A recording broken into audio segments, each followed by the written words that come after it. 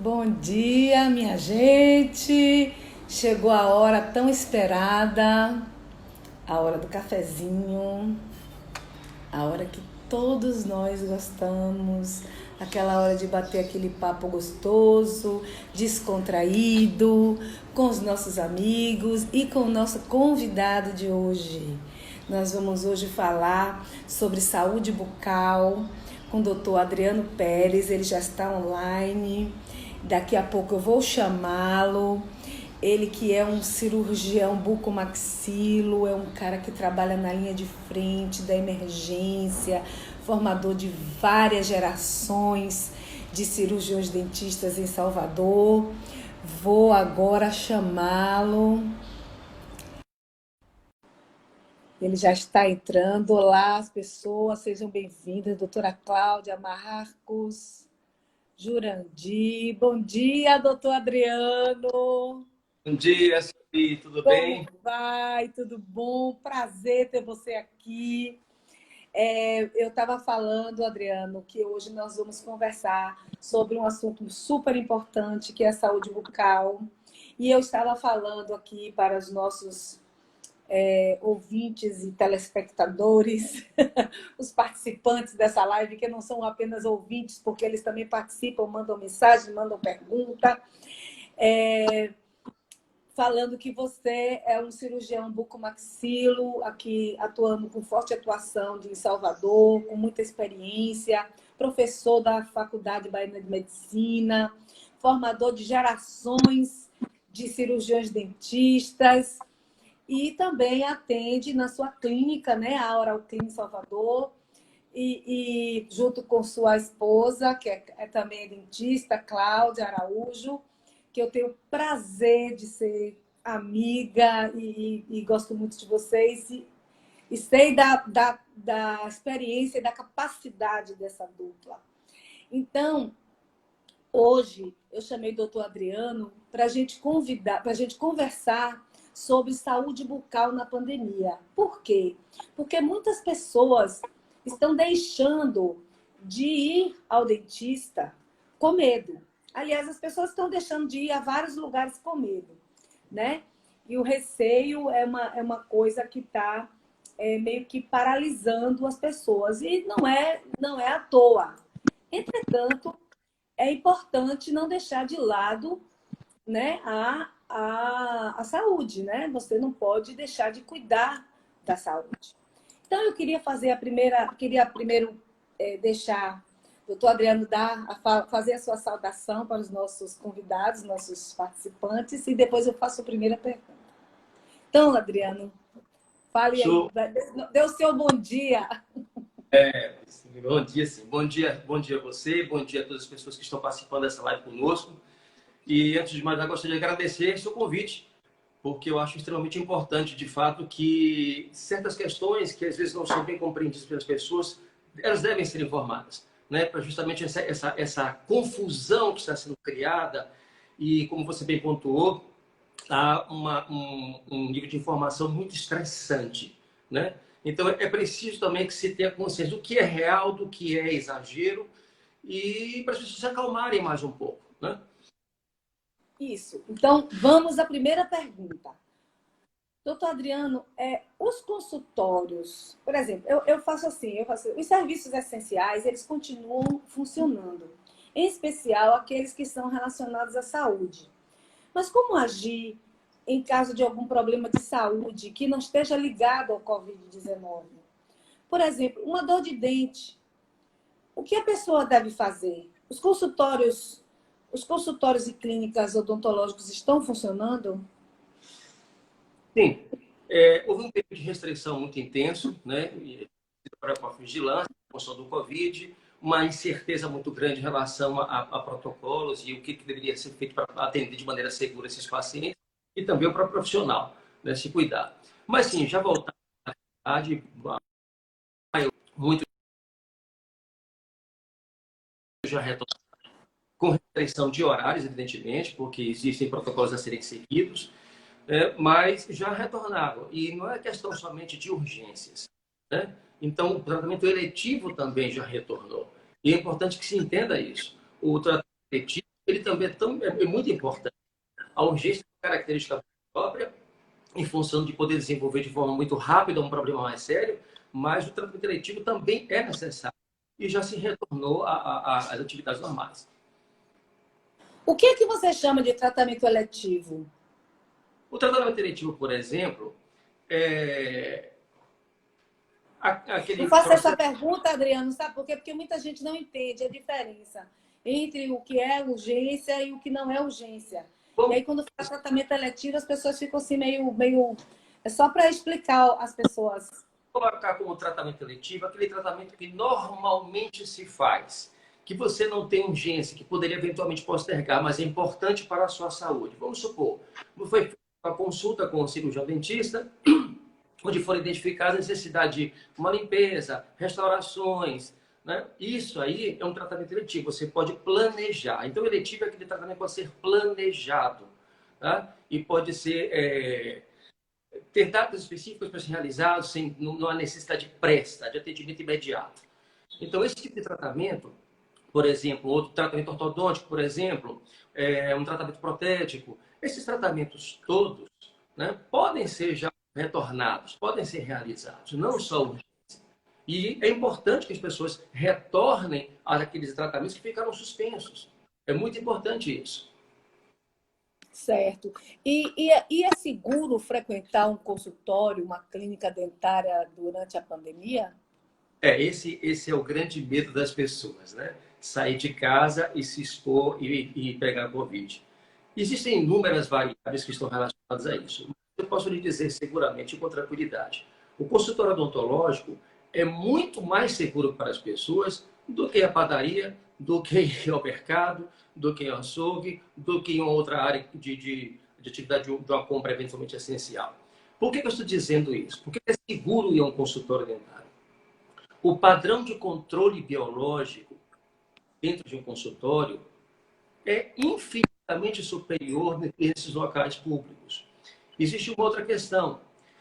Como há uma restrição, um protocolo específico para atendimento dos pacientes, há um espaçamento razoável entre o atendimento de cada paciente, onde é possível se fazer a higienização adequada do ambiente e prover ainda isso mais segurança, isso não ocorre nos ambientes públicos. Você não tem como fazer a higienização, por exemplo, no mercado, isso não existe. Sem contar que você tem uma aglomeração, ainda que reduzida, mas há uma aglomeração, isso não ocorrerá no consultório odontológico. Porque cada paciente será atendido no seu horário especificamente e, no máximo, ele terá um acompanhante com ele. Então, terminado o fim daquilo ali, como os horários são hoje marcados, né? Então não haverá essa aglomeração no consultório. Afora isso, tem outra questão. Afora a higienização do ambiente, que é extremamente eficaz e adequada, você tem a questão de controle de barreiras. Então, todo paciente que é atendido, não só o profissional está usando como é que diz, equipamento de proteção individual, são os EPIs, que todo mundo já tem ciência disso, máscara, gorro, avental cirúrgico, luvas, como o próprio paciente também vai ser munido desse material de EPI. Então, já existe um bloqueio muito maior de contato e de uma possibilidade de contágio, redução de possibilidade de contágio entre o profissional e o paciente, né? Sem contar que quando ele senta na cadeira para fazer o tratamento, você tem todo um protocolo de atendimento, justo com efeitos de outras barreiras que são colocadas, que minimizam muito, ou seja, o risco de contaminação para o paciente num consultório odontológico é remoto. É remoto, muito remoto. Na realidade, o que as pessoas não compreendem é que o risco, na verdade, não é exatamente para o paciente. O risco é para o profissional. Então, o grande risco, de fato, é para o profissional e não para o paciente. Então, isso é importante se entender. Né? A possibilidade de contaminação de um paciente dentro de um consultório odontológico, ela é muitíssimo baixa. Eu poderia dizer que hoje o consultório odontológico, dos meios, dos locais que você tem, é o mais seguro que você teria para ir. Certo.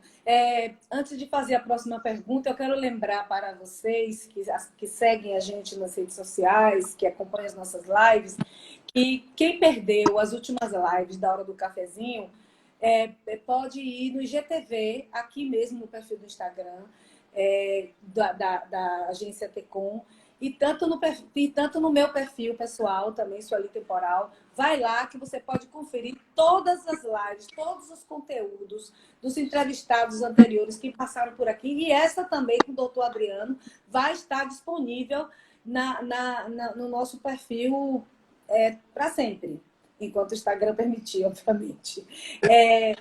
E também esse conteúdo tá disponível em formato de podcast em várias plataformas, o Apple Podcast, o Spotify, o Google Podcast e outras. Tá. Então, dito isso, dado esse recadinho, eu quero perguntar fazer outra pergunta para o professor doutor Adriano sobre a saúde bucal na pandemia. Qual a importância de cuidar, de continuar cuidando da saúde bucal durante a pandemia? Nós já falamos que é seguro ir, que as pessoas devem ir, mas agora eu quero saber assim, por que elas devem ir? A questão não é em relação à pandemia em si, mas o impacto que tem a saúde bucal para o indivíduo do ponto de vista sistêmico. Na verdade, o impacto ele é muito grande sobre diversas esferas. Primeiro, o tratamento bucal, a saúde bucal, assegura uma condição sistêmica melhor. Existem inúmeros trabalhos que correlacionam de maneira estreita os problemas de saúde bucal, ou seja, as doenças bucais, particularmente as doenças do periodonto, que são os tecidos que dão sustentação ao dente, ou seja, gengiva, ligamentos periodontais, etc. E essas doenças terem uma relação muito, muito íntima com outras doenças sistêmicas, como, por exemplo, doenças cardiovasculares, particularmente hipertensão, o diabetes, por exemplo. Então, já existem vários trabalhos comprovando essa relação. Não estou querendo dizer que você, tendo uma saúde bucal perfeita, você vai ter uma melhoria extraordinária das condições. Mas é certo que, se você mantém uma boa saúde bucal, o controle dessas doenças, ele é facilitado, ele é melhorado. De uma maneira muito intensa, depende muito de cada quadro. Por que isso acontece? A doença periodontal é um processo inflamatório. E o processo inflamatório, não importa a sua origem, né, ele lança continuamente no sistema substâncias que são pró-inflamatórios e que asseveram o quadro sistêmico já instalado. Então, é por isso que é importante fazer o controle periódico junto ao cirurgião dentista. Afora isso, para a gente prevenir também outras condições que podem agudizar. Uma caristéncia que foi deixada à revelia, não foi tratada em tempo hábil, pode se tornar uma pulpite, pode causar uma necrose pulpar, gerar um abscesso. Eu estou falando da parte da dor, mas gerar um abscesso que já pode imprimir um risco maior, principalmente naqueles pacientes que já têm um comprometimento sistêmico prévio. E quanto mais intenso, mais severo for esse comprometimento sistêmico, ou seja, a doença sistêmica que ele tem, né, quanto mais grave ela for, mais suscetível ele é de desenvolver uma resposta e uma piora do quadro geral. Né? Não é nada raro, muito pelo contrário, a gente tem nos hospitais pessoas com quadros graves de infecção, inclusive de sepse, cuja origem foi um abscesso dentário. É muito comum. Inclusive, casos que, em função da demora do atendimento e da gravidade com que se evoluiu, casos que levam a óbito do indivíduo. Então, é importantíssimo que se faça esse controle preventivo e periódico do paciente. Né? A saúde bucal, não só essa questão também, você tem questão de conforto. Imagine uma pessoa que tem dores que estão associadas a quadros inflamatórios da saúde bucal, que não tem conforto no seu dia a dia, até na sua alimentação. Então, a dor na boca, a que a gente chama de propriocepção, essa percepção de dor na boca, é muito mais intensa que em outras áreas do corpo. Então, isso causa um desconforto muito grande. Então, está relacionado também à questão de qualidade de vida, o conforto. Um outro aspecto, embora isso não seja tão flagrante, porque a gente não está mais com contato direto, é a questão, por exemplo, de mau hálito, está relacionada à questão de muitos quadros com saúde bucal e a relação social por aí interferida. Né? Então, isso é importante.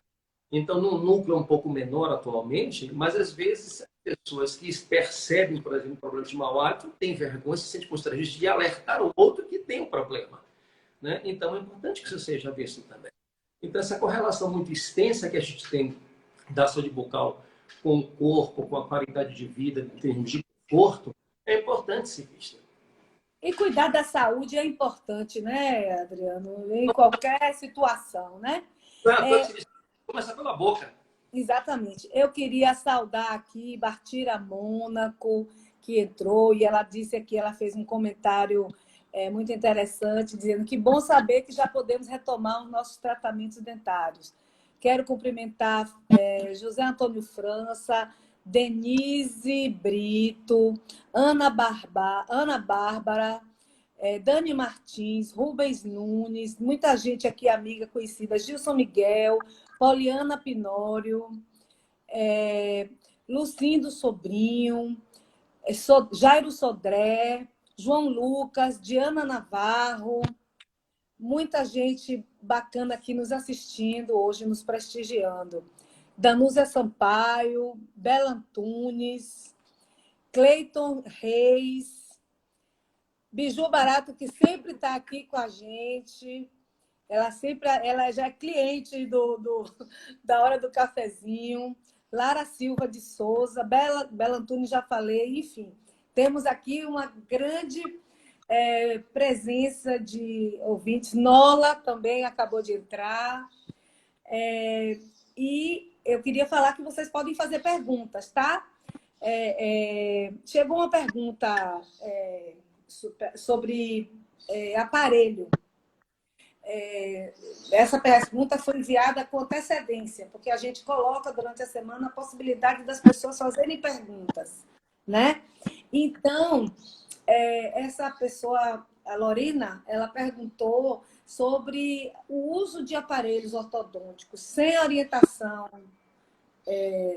Ela pediu que você falasse sobre o uso de aparelhos ortodônticos sem orientação de um cirurgião dentista, de um especialista em ortodontia. Isso existe, Adriana? Eu pensava que não existia.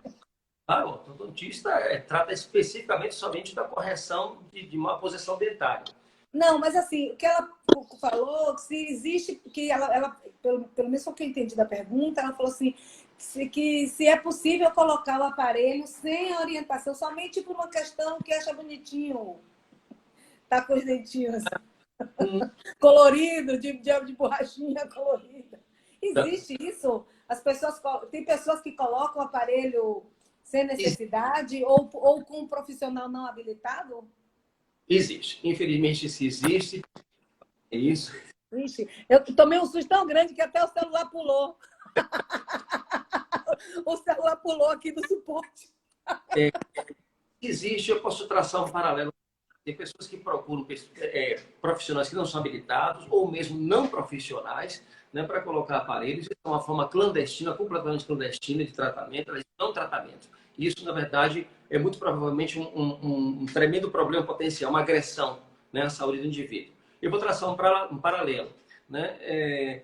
Pessoas completamente sem nenhuma formação técnica fazendo um implante de silicone por aí afora. A gente já viu no jornal diversas vezes isso acontecer. Sim. Exatamente, né? Implante no seio, no bumbum, né? Isso eu já ouvi, não. Mas de aparelho eu nunca tinha ouvido falar. Mas tem de aparelho e de outras intervenções também. O prático, que é uma figura que ainda não foi, assim, não acabou na sociedade, principalmente no interior, né? Mas ainda existe isso, infelizmente, e o paciente que está procurando esse tipo de pessoa, não vou dizer profissional, mas esse tipo de pessoa para fazer uma intervenção desse tipo, não sabe o risco que está correndo, porque pode sofrer sérios danos, inclusive a perda dentária. Então, é muito procura um profissional habilitado. A pergunta é exatamente essa. Os aparelhos ortodônticos, sem a devida manutenção, aí é que está, outra coisa, é outra pergunta. Os aparelhos ortodônticos, sem a devida manutenção, tendem a piorar problemas de saúde bucal e o próprio tratamento ortodôntico, porque assim, a pessoa está na pandemia, tem o aparelho, não está indo fazer a manutenção. Que problemas ela pode ter? Não, isso aí já é uma outra esfera. É um paciente que está sendo submetido a um tratamento por um profissional, né? Mas está deixando de dar a assistência que dá normalmente mensalmente esse aparelho. Thelma Messeder está mandando um abraço para você, querido amigo, saudades de você. Estou vendo aqui, Thelma, um beijo, minha querida amiga. Sim, continue, Adriano. Então, resultado. Se você tem uma... A Nola foi sua professora, viu? Tá dizendo, Nola, você lembra de Nola da Quibel? falar Ela está falando da Inglaterra. Nola, meu querido aluno Adriano, mandando um beijo e abraço para você. Queridíssima professora, maravilhosa pessoa. Tá? Então, resultado. Bom, se você faz um tratamento, você tem um acompanhamento mensal. Por que você faz o acompanhamento mensal? Toda vez que você vai ao ortodontista, quando ele faz troca de fio, troca de elástico, ajuste no aparelho de qualquer sorte, ele imprime uma modificação de forças que são empregadas nos dentes em função do aparelho. Se você não dá assistência mensal, ele não tem como perceber exatamente qual o andamento e a resposta que o paciente está tendo àquela intervenção que foi feita anteriormente. Então, é para isso que serve essa manutenção mensal. Afora isso, existe um risco, por exemplo, de um bracket ser deslocado, de um fio estar de posição, estar ferindo a mucosa. Né? Então, é necessário que o paciente retorne à sua atividade. Um fio que pode estar ferindo pode causar uma afta, pode causar uma infecção local. Um bracket vai causar uma alteração, geralmente uma regressão do tratamento ortodôntico, porque não está exercendo a função como deveria. Então, é muito importante isso. E outra coisa, o paciente que não vai, ainda que não tenha tido nenhum dano ao aparelho, é como se aquele tratamento ficasse em suspenso, porque ele não sofreu ativação. Ele vai estar passivo. Então, é como se o tratamento ficasse interrompido. Então, é importante, não vai ter progressão. É muito importante retornar. Certo. Outra coisa que eu queria, que tem outra pergunta aqui. O que mudou no atendimento odontológico durante a pandemia? Antes de você responder, eu quero falar que o professor Oswaldo Matos, que é consultor também, ele faz uma live também muito bacana, toda quinta-feira, às 18 horas. O fato é a live dele, é muito bacana também. Ele sempre aborda questões ligadas à gestão das empresas. Eu até já tive a oportunidade de fazer uma live com ele aqui. E ele está dizendo aqui, no Brasil, especialmente no Nordeste, as pessoas se automedicam e buscam sempre o mais barato. E às vezes o mais barato sai caro, né, Adriano? Isso é verdade. Às vezes o barato sai caro. Então, você procura um tratamento, você tem confiança no profissional e saber da qualificação que ele tem. Porque um tratamento mal realizado ou mal indicado pode causar muito mais prejuízo. Inclusive agora na pandemia, se você tem um profissional que é da sua confiança e que está atendendo, você tem que ir a ele, se você tiver necessidade. Eu mesmo já fui ao médico. Eu mesmo não assim, claro que no primeiro momento, eu realmente, nos primeiros 2 meses da pandemia, eu adiei meus tratamentos de rotina, mas agora eu já retomei. Sim. Já retomei, minha filha já foi ao dentista, inclusive a doutora Cláudia, né? Que atendeu ela muito bem. Entendeu? Então, assim, e por quê? Porque são profissionais que você já conhece, não é um profissional estranho que você nunca viu. Não é um lugar, um consultório, uma clínica na qual você nunca foi. Uma colega mesmo, a Andréa, ela tem a criança pequena que está perdendo os dentinhos. Isso também é importante falar, né, das crianças que precisam fazer esse acompanhamento. A criança que está na fase de troca de dentição, né? Como agir? Me diga aí, doutor. O senhor que sabe mais do que eu. Que ela disse que levou a menina dela ontem no dentista, que foi atendida, que teve aferição de temperatura na entrada da clínica, que ela se sentiu muito amparada e muito segura, né, para levar a filhinha dela para o dentista, porque estava com o dente mole, não conseguiu tirar em casa, o dente de trás já estava nascendo e ela teve que ir ao dentista. Tem certamente então, tá. E você quer saber em relação à questão de protocolo, segurança, né? Repare bem, existem protocolos definidos a partir pela vigilância sanitária para que o atendimento seja seguro para o paciente. Como você bem disse, né? A aferição de temperatura logo no início, mas ele já começa antes da primeira marcação de consulta. O paciente é inquirido se nos últimos 14 dias ele teve contato com algum paciente suspeita de Covid ou confirmado de Covid, ou se ele apresentou algum sintoma, né, que pudesse ser atribuído a um quadro de Covid. Se isso for positivo, então essa consulta deve ser postergada entre 2 e 3 semanas. Geralmente 2 semanas é o suficiente. Respeitando a condição de que, geralmente, a pessoa que tenha tido um contágio, em volta de 5 dias deve estar desenvolvendo sintomas, e, no caso, a doença. Se vier a manifestar sintomas, né? Então, deve ser postergada justamente prevendo o ciclo natural da doença e complicações. Uma vez que tenha sido informado que o paciente provavelmente está fora de suspeita de ter tido contato com alguma pessoa com Covid, né, ou ele próprio e apresenta sintoma, então é marcada e é feita a consulta. No momento da entrada do indivíduo, né, ele é feita a aferição da temperatura, que normalmente o pessoal tem utilizado o de aferição, mas não necessariamente precisa ser um infravermelho, né? Pode usar os termômetros para né, que a gente chama, aqueles de mercúrio que se usa antigamente, até porque eles são mais precisos. Vários trabalhos que demonstram que esses são mais precisos, inclusive são os que são utilizados ordinariamente nos hospitais, né? São mais confiáveis por razões, sem contar outros aspectos de parâmetros de medição de temperatura. Existem vários protocolos para a gente saber o que é alteração de temperatura. E a medição infravermelho pode sofrer uma margem muito grande de erro, na verdade, se não tiver um tratamento adequado para essa aferição.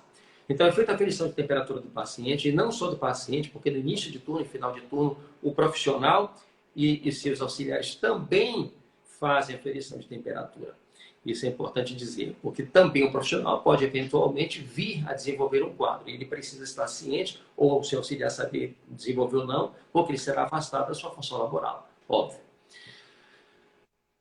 Afora isso, então, chegou no consultório, o protocolo de aferição de temperatura, provido de gorro, pé e máscara. Se houver necessidade de que ele entre com acompanhante, que é comum no caso de crianças, ou de idosos, ou pessoas que tenham alguma debilidade, que necessitem de acompanhante, então essas pessoas também receberão o gorro e máscara, serão atendidos. Se houver um atendimento, digo, a consulta, verificação de qual é o problema, qual é a queixa, se houver necessidade de intervenção no momento, ela pode ser programada imediata, dependendo do caso, mas já no exame, então o profissional deve se munir de máscara facial, né?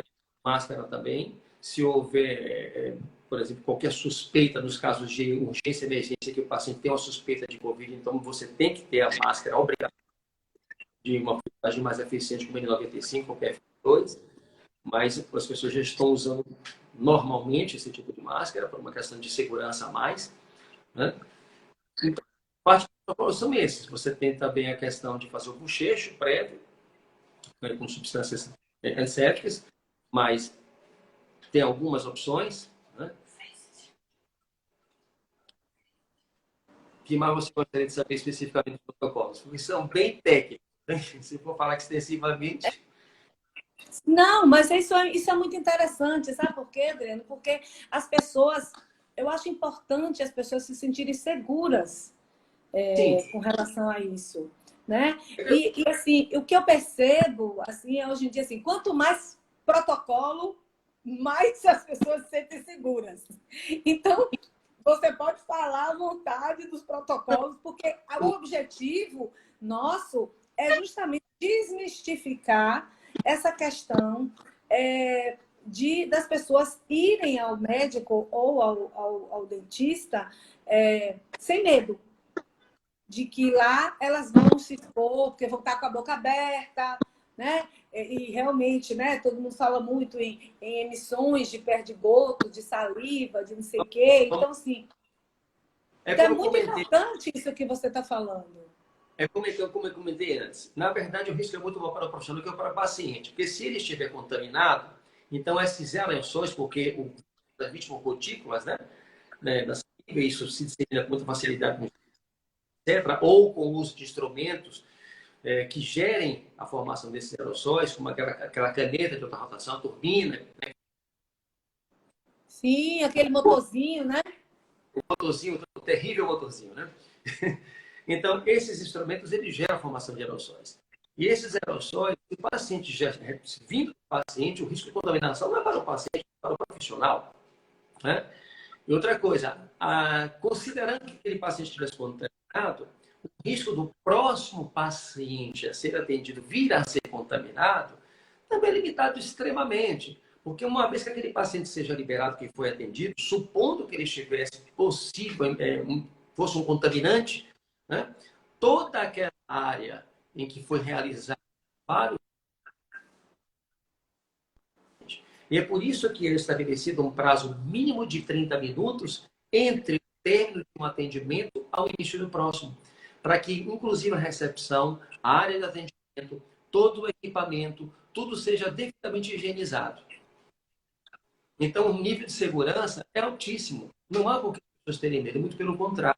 Eu acho que postergar um tratamento de saúde é que é o grande problema. Esse é que realmente é o grande problema. Ó, Anúzia Sampaio está dizendo aqui que a minha resina caiu e eu tive que ir ao dentista. Foi necessário fazer canal. Também teve aferição de temperatura e me senti bem segura. Atendimento individualizado e não tive que esperar muito. Então, é mais um depoimento que reforça o que o doutor Adriano está dizendo. Que o mais importante é ir ao dentista, é ir ao serviço de saúde. Não postergar, porque quando se posterga, às vezes assim, uma coisa pipoca, eu não vou porque eu posso adiar.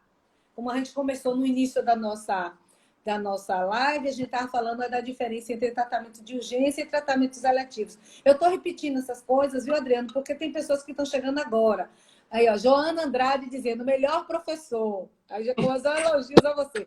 Quero saudar Marluce Barbosa, que também chegou agora. Vinícius Costa, Mara Santana.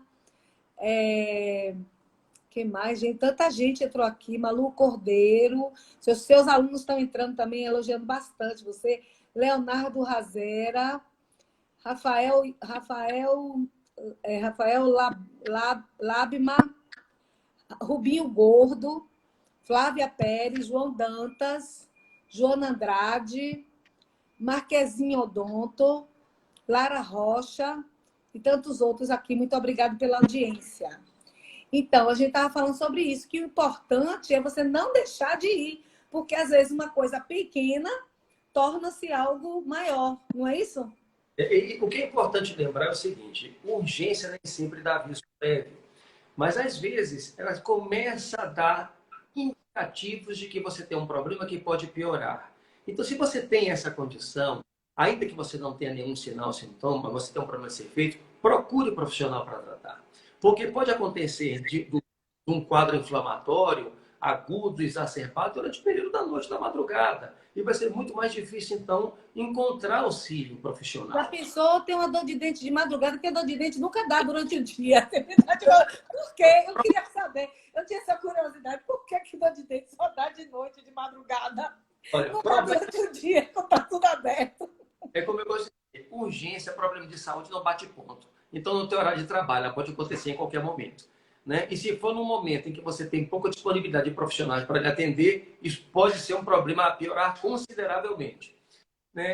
É questão de dor que você está sentindo, estou comentando, na verdade, dores leves normalmente são mais percebidas pelos pacientes à noite. Isso tem uma série de explicações. Uma delas é a questão do ponto de vista de psicoemocional. Né? O indivíduo, durante o dia, ele está absorto em suas atividades diárias, então dores leves são pouco percebidas ou não percebidas. No momento que você tem aquela folga que você chegou em casa, relaxou, você não está mais... Não tem mais essa parte chegou em casa, não. A gente está em casa. Pula essa parte de chegou em casa. É depois da novela. O Domênico De Masi, acho que nunca encontrou uma posição tão propícia para o ócio criativo, né? Então, resultado, quando você deixa de ter essas atividades como somente, você começa a perceber essas pequenas alterações de uma maneira mais evidente, né?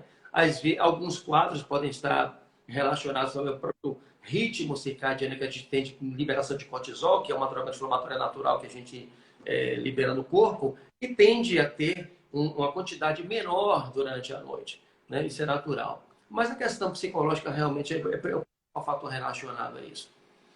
Que a pessoa está mais relaxada e aí a dor aparece, dá sinal. Preocupou-se, entendeu? E aí, quando ele relaxa, ele começa, poxa, tem alguma coisa me incomodando. Ele começa a ter um pouco mais de... Geralmente, quadro de dor leve. Com as dores que são moderadas e intensas, evidentemente que a qualquer momento você não está sentindo as intensas, inclusive, não permitem que você até desenvolva seu trabalho, suas atividades normalmente, né? Certo. Agora, Adriano, o que mudou com a pandemia com relação ao tratamento odontológico? Do ponto de vista de intervenções, evidentemente que a intervenção técnica absolutamente nada mudou, é a mesma coisa. Então, o que mudou, na verdade, foi a implementação de normas de segurança, né, de controle biológico. Então, quando você... aplicação de EPIs, implementação de EPIs de maneira mais rigorosa e mais consistente, é o que mudou de fato. Então, assim, eu só queria fazer um parênteses. Porque o que eu observo nos consultórios médicos e odontológicos, principalmente nos odontológicos, porque o dentista ele trabalha muito com as mãos, né? Pegando na pessoa, né? Pegando na boca da pessoa, eu sempre percebi que havia uma higiene das mãos obsessiva, né? Foi uma coisa que eu sempre observei nos dentistas, que eles lavam as mãos, que vocês lavam as mãos com muito mais frequência do que qualquer outro médico, por exemplo, qualquer outro profissional de saúde. Uma observação minha. Então, por isso que eu perguntei o que é que mudou. Porque se você já lavava a mão, que você agora está o quê? Cortando o couro da mão? O que a gente acontece? Primeiro, para você fazer um exame do paciente, o uso de luva sempre foi obrigatório antes, né? Então, isso não mudou. O que a gente colocou, por exemplo, implementou o uso de maneira ostensiva, barreiras. Por exemplo, o capote, né, cirúrgico, o avental cirúrgico, uma de gramatura 40 a 50, que seja impermeável, né, para justamente evitar a contaminação por conta de aerossóis e outras substâncias ou fluidos do paciente para o profissional. Isso é importantíssimo.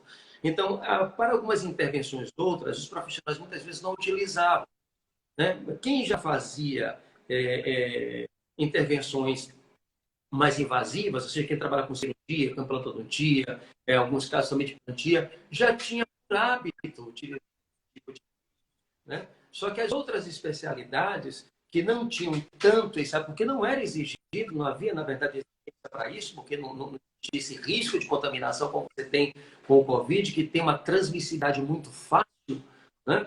Então, isso foi adotado para todas as especialidades, para todo tipo de intervenção, mesmo para o exame clínico do paciente, né? Então, isso é que foi adotado para a segurança do profissional e que não deixa de ser de forma indireta também segurança para o paciente. Então, isso é que realmente... eu quero aqui agradecer a participação das minhas colegas Paula Pita, Nanda Varela, Cíntia Medeiros, Núbia Passos, que são jornalistas que estão nos assistindo. Também o doutor Eduardo Andrade acabou de entrar também na live, está nos assistindo aqui agora. Mas é muito interessante essa parte de segurança. Acho que é importantíssimo, acho que é de extrema utilidade pública. Inclusive, essa live está sendo um pouco diferente, porque geralmente a gente faz aqui na hora do cafezinho um bate-papo ligado muito mais a consumo, a comunicação, a questões. A gente nunca tinha abordado uma área tão diferente da minha área de atuação, por exemplo, que é a comunicação corporativa. E eu estou vendo que está sendo muito, muito proveitosa essa conversa, porque está esclarecendo dúvidas das pessoas e dando segurança às pessoas para voltarem a frequentar os consultórios, não só dos dentistas, como dos médicos que estiverem funcionando. E também outra coisa interessante que você abordou, Adriano, que é a questão que o risco maior é para o profissional e não para o paciente, né? Porque aquele aerosol que gera do tratamento dentário do motorzinho, né? Ele pode, se o paciente estiver contaminado, pode contaminar o profissional e não o paciente, porque se o paciente já estiver contaminado, ele está contaminado. O raciocínio é muito simples. Então, o contaminante provavelmente está vindo do paciente, né? Então, o risco maior realmente para o profissional. Ainda que, como eu postulei antes, como eu coloquei antes, se esse aerossol se deposita nas superfícies, tá, do ambiente, é muito mais fácil, né, você fazer higienização e remoção desse agente contaminante. Então, a exposição para o próximo paciente é muito muito, mas muito remota. Porque entre um paciente e outro, há toda a descontaminação do ambiente. Contaminação do ambiente, do equipamento, da cadeira que ele senta, dos aparelhos auxiliares, das superfícies todas em torno, né? Inclusive do próprio solo também, do piso também, que é feita a higienização. Então, é importante entender isso. Então, o risco de contaminação é realmente muito remoto para o paciente. Certo. Agora, eu queria voltar àquilo que a gente falou mais atrás, com relação às crianças. O atendimento de crianças.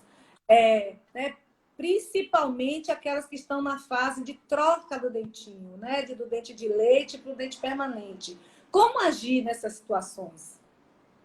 Bom, eu acho que ele deve ser levado ao seu pediatra ou profissional que a assiste regularmente, né? Vamos colocar dessa maneira. Um dentinho mole que já está reabsorvendo as raízes, ele incomoda enormemente uma criança, né? Imagine que não só incomoda do ponto de vista físico, como não deixa de ser um estressor emocional a mais que as crianças já estão sofrendo enormemente, estando confinadas dentro de casa, né? Então tem que se levar, sem contar o fato que isso pode gerar, por exemplo, um abscesso gengival, né? Então isso já se torna uma urgência. É importante que ela seja. E outra coisa, o desconforto que a criança relata não necessariamente pode ser uma coisa relativamente comum e da infância. Pode ser um problema outro que esteja se manifestando, mas que os pais não reconheçam. É preciso de uma avaliação do profissional para saber se aquilo é uma coisa trivial, comum, né, típico da idade, inclusive, ou se pode ser alguma coisa mais séria, né? Crianças também desenvolvem problemas sérios de saúde. E é importante se entender isso. Eu queria lhe perguntar outra coisa importante, que é a questão do hábito de higiene bucal em casa.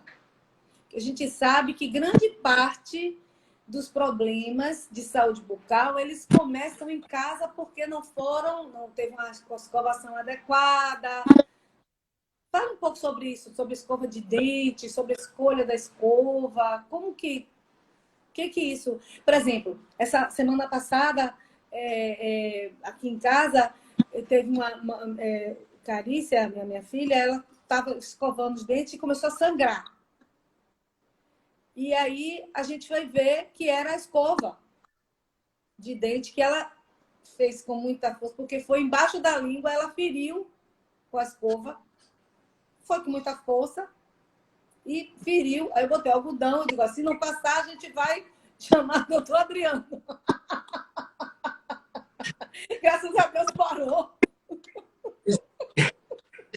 E não foi necessário. Mas fale um pouco sobre isso, sobre os cuidados que a pessoa tem que ter em casa. Em que momento deve... claro que a visita ao dentista é recomendada periodicamente, óbvio. Mas, assim, em que momento... Como deve ser a rotina de higiene bucal em casa? E em que momento, se você detectar um problema, deve ir ao dentista? Os cuidados de higiene bucal são como de higiene pessoal, são constantes e eternos, né? Isso. Então, escovação dos dentes após as principais refeições, isso é importantíssimo. Você também, há pessoas que não acham recomendável você fazer, por exemplo, a cada pequena refeição durante o dia, porque tem pessoas que são compulsivas, como é toda hora, você não vai colocar um doce na boca, um pedaço de banana na boca, vai fazer logo a escovação. Então, pelo menos após as principais refeições do dia, a escovação deve estar presente, deve se seguir logo depois, né? Então, a escovação bem realizada dentro da técnica, e isso é muito necessário, às vezes, que você faça para receber a orientação correta de como deve ser feita a escovação. Existem várias técnicas, né? E todas são eficientes, se aplicadas de maneira correta, isso é importante. Fazer o uso do fio dental também, uma vez ao dia, pelo menos, noite é interessante, porque quando você adormece, né, o fluxo salivar diminui, parte de sua proteção natural também reduz, então é importante que você tenha esse cuidado adicional.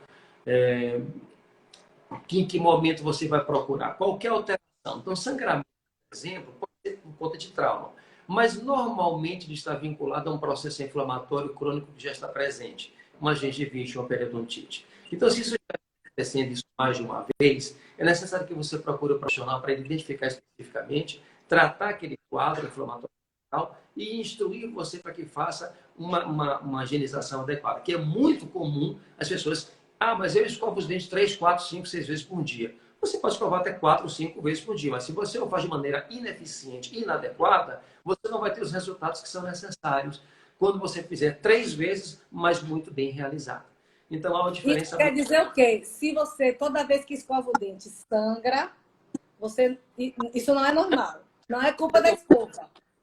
Não necessariamente. Agora, claro, escova tem tempo de vida, né? Então, normalmente, uma escova dura cerca de... Importante isso. Gente, isso é muito importante. Tem gente que não troca de escova de dente nunca.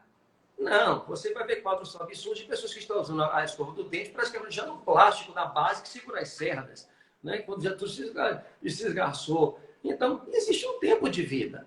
Né? Existe um tempo de vida para o uso de uma escova dental, né? Tem cerca de 2 e 3 meses. Ou, se preferir, quando você perceber que as cerdas começam a esgarçar, começam a se separar-se entre si, né? Então você começa, já está na hora de trocar aquela escova. Qual a escova adequada? Então, a pessoa tem que trocar de escova de dente em quanto tempo, doutor Adriano? 2, 3 meses. Geralmente cada 2, 3 meses. Anotem, anotem. De 2 a 3 meses, troca de escova de dente. Porque eu fico enlouquecida quando eu chego no banheiro de alguma casa, que eu vejo aquela escova de dente velha, horrorosa. Eu digo, é minha escova de dente de estimação. Eu digo, meu Deus!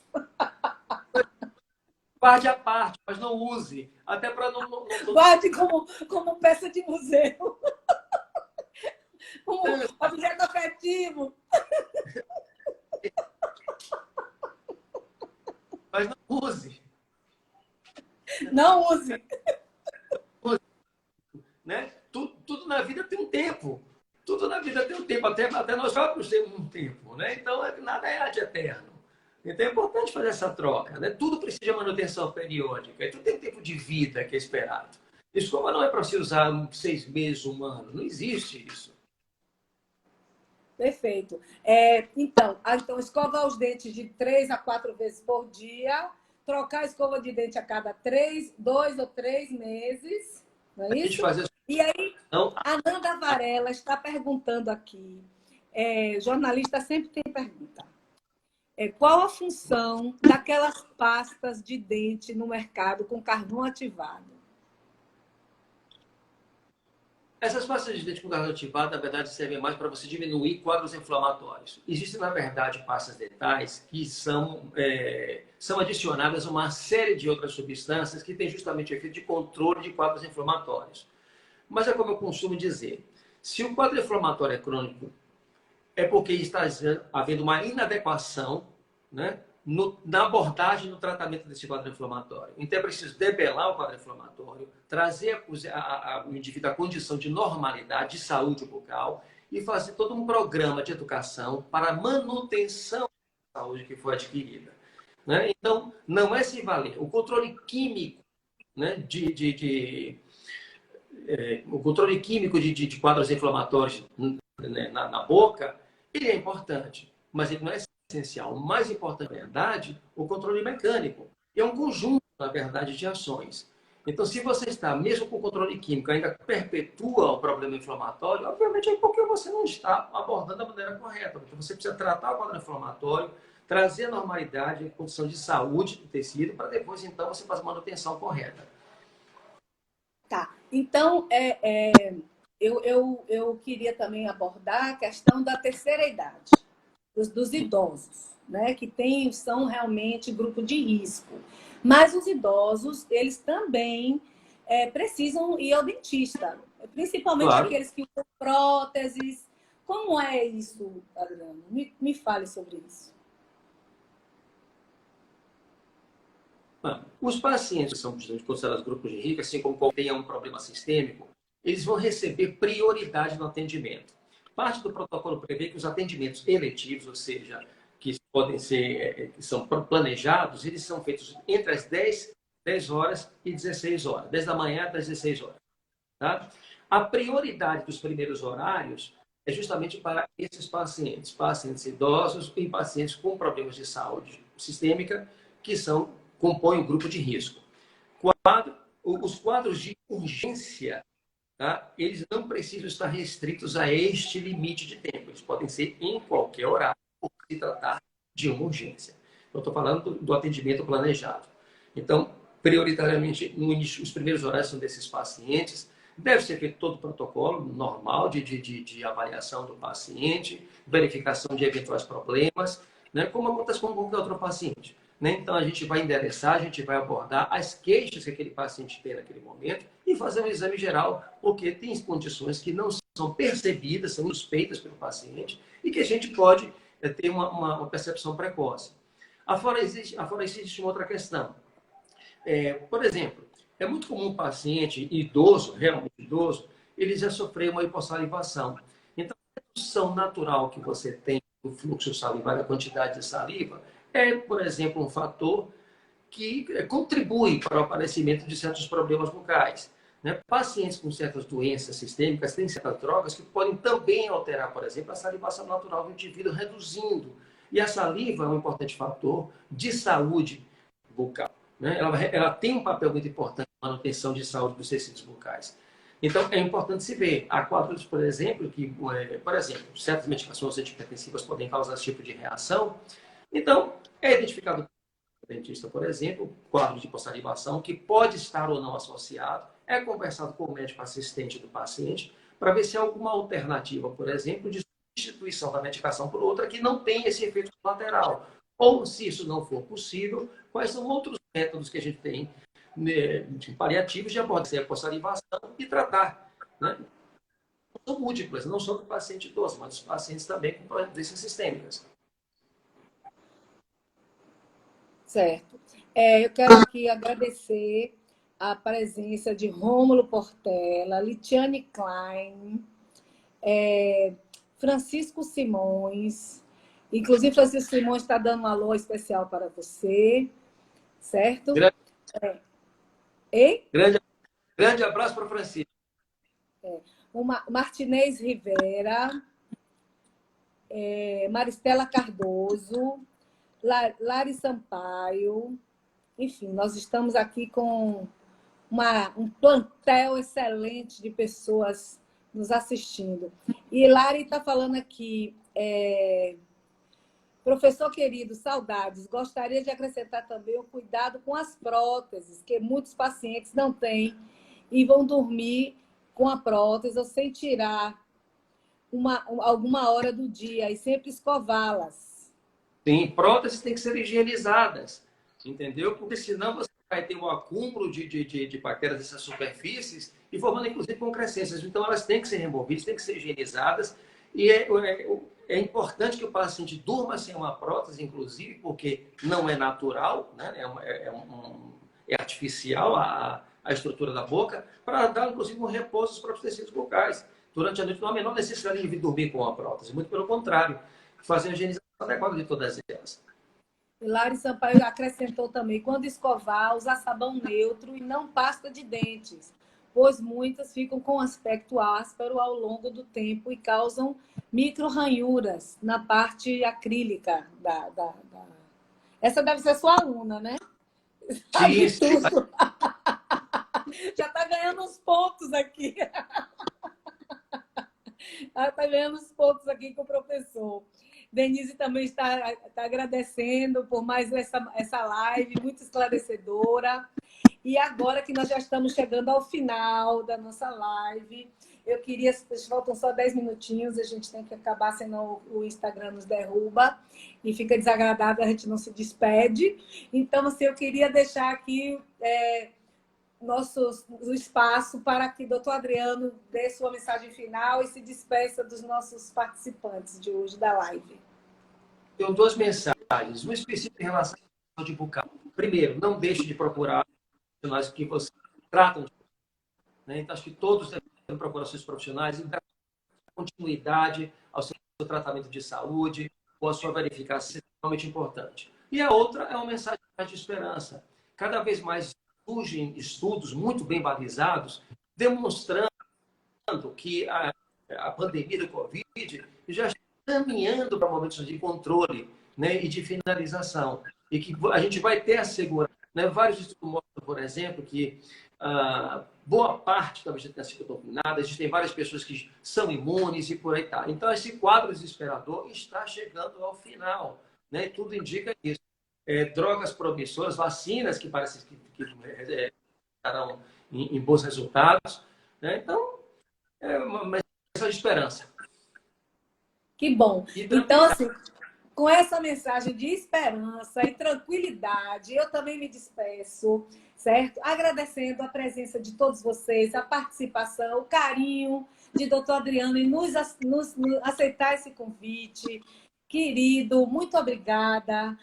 Você mora no meu coração, você e sua família toda, entendeu? Que eu já me sinto parte dela. Morro de saudades de vocês. Espero que em breve a gente possa se aglomerar. Sim. Certo? Socialmente. Sim. Então, assim, espero todos vocês. Opa! Espero vocês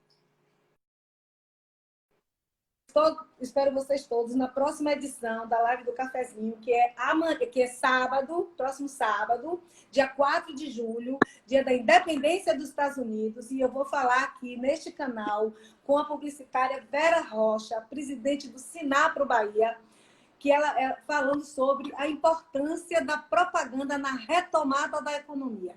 Não percam, que vai ser show de bola. Vera, assim como o doutor Adriano, é uma pessoa muito experiente, tem muita coisa para nos ensinar e muito conhecimento para compartilhar. Fiquem com Deus, muito obrigada. Saúde!